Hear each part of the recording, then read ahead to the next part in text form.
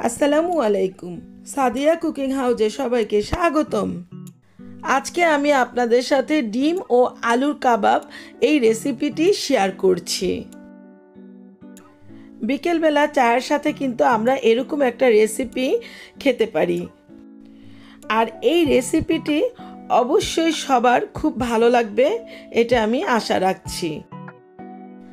আমার এই রেসিপিটা যদি আপনাদের এতটুকু ভালো লাগে তাহলে আপনারা অবশ্যই বাসায় ট্রাই করে দেখবেন। চলুন তাহলে রেসিপিটি তৈরি করি।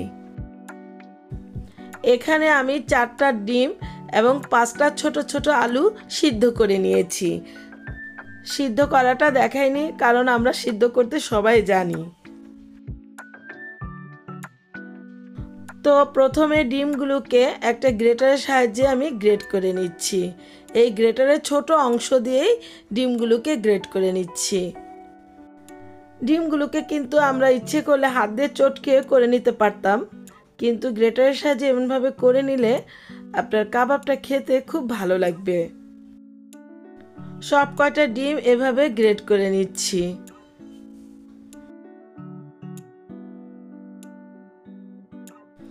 এই যে ডিমগুলো গ্রেট করা হয়ে গেল, দেখুন কেমন হয়েছে।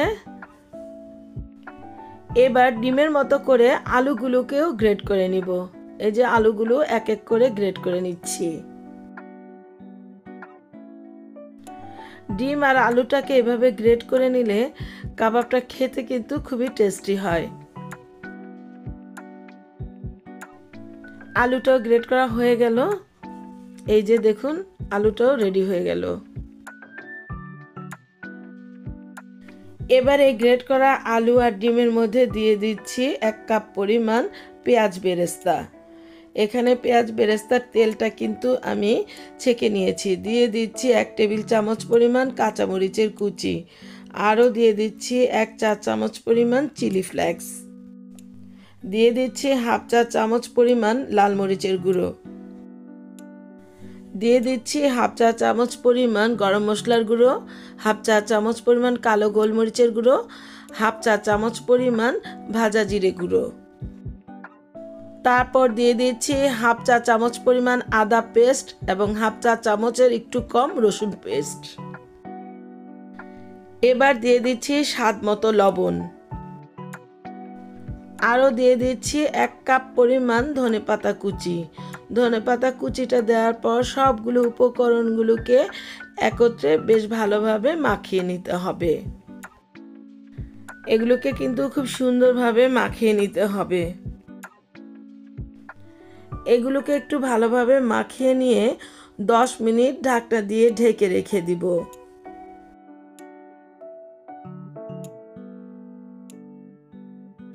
10 মিনিট পর ফিরে আসলাম। এবার হাতের তালুতে একটু তেল মাখিয়ে নিলাম। তারপর এখান থেকে একটু মিশ্রণ হাতে তুলে নিলাম। প্রথমে গোল গোল করে ঘুরিয়ে হাতের তালুতে নিয়ে একটু চ্যাপ্টা করে নিলাম। এই তো আমার একটা তৈরি হয়ে গেল। আমি আরেকটা আপনাদেরকে তৈরি করে দেখাচ্ছি। একইভাবে দ্বিতীয়টাও তৈরি করে নিব। এই যে আমার দ্বিতীয়টাও তৈরি হয়ে গেল। এই মিশ্রণটা থেকে 14টা কাবাব ভাজার জন্য তৈরি করে নিলাম। এগুলোকে 20 মিনিটের মতো ফ্রিজে রেখে দিচ্ছি। এদিকে একটা মিক্সিং বোল নিয়ে নিলাম। এখানে একটা ডিম নিয়ে নিচ্ছি। ডিমটাকে ভালোভাবে ফেটিয়ে নিব। যদি প্রয়োজন পড়ে তবে আরেকটা ডিম নিয়ে নিব। প্রথমে আমি একটা ডিম ফেটিয়ে নিচ্ছি। এই ডিমটাকে ফেটিয়ে এক পাশে রেখে দিচ্ছি। এদিকে কিন্তু 20 মিনিট হয়ে গিয়েছে। চুলায় একটা ফ্রাই প্যান বসালাম। ফ্রাই প্যানের মধ্যে পরিমাণ মতো তেল দিয়ে দিলাম। তারপর এই ডিমের মধ্যে একটা একটা করে কাবাব চুবিয়ে আমি ফ্রাই প্যানের মধ্যে দিয়ে দিচ্ছি। এই যে এভাবে করে 7টা কাবাব আমি প্রথম ব্যাচে ভেজে নিব। এই যে এক এক করে আমার কাবাবগুলো দেওয়া হয়ে যাচ্ছে।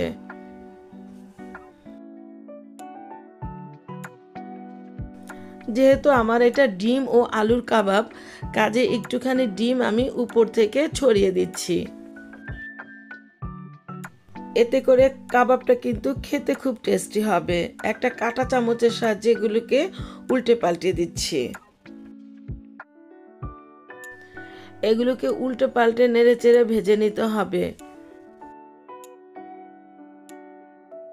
আমি এখানে উপর থেকে যেহেতু ডিম দিয়েছি, এখানে কিন্তু ডিমের অনেক ফেনা উঠতেছে, তো খুব সাবধানতার সাথে কাবাবগুলো কিন্তু নেড়ে চেড়ে দিতে হবে। তো একটা পর্যায়ে কাবাবগুলোকে নেড়ে চেড়ে যখন এরকম হালকা ব্রাউন কালার হয়ে আসবে, তখনই আমি চুলা থেকে এগুলি নামিয়ে নিব। কাবাবগুলো কিন্তু ব্রাউনিশ কালার চলে আসছে। এবারে যে প্যান থেকে তুলে নিচ্ছি। দেখুন আমার কাবাবগুলো কত সুন্দর হয়েছে।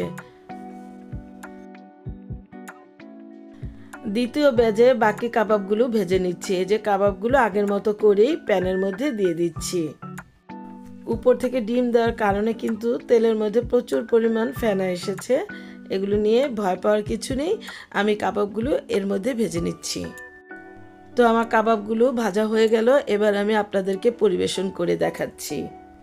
তো ভিউয়ার্স, তৈরি হয়ে গেল আমার ডিম ও আলুর কাবাব। আমার এই রেসিপিটি যদি আপনাদের এতটুকু ভালো লেগে থাকে, তাহলে আপনারা আমাকে লাইক, শেয়ার, কমেন্টস এবং সাবস্ক্রাইব করতে ভুলবেন না প্লিজ। আর যারা আমাকে সাবস্ক্রাইব করেছেন তাদেরকে অসংখ্য অসংখ্য ধন্যবাদ। আবার হাজির হব অন্য কোনো সময়ে অন্য কোনো রেসিপি নিয়ে। আল্লাহ হাফেজ।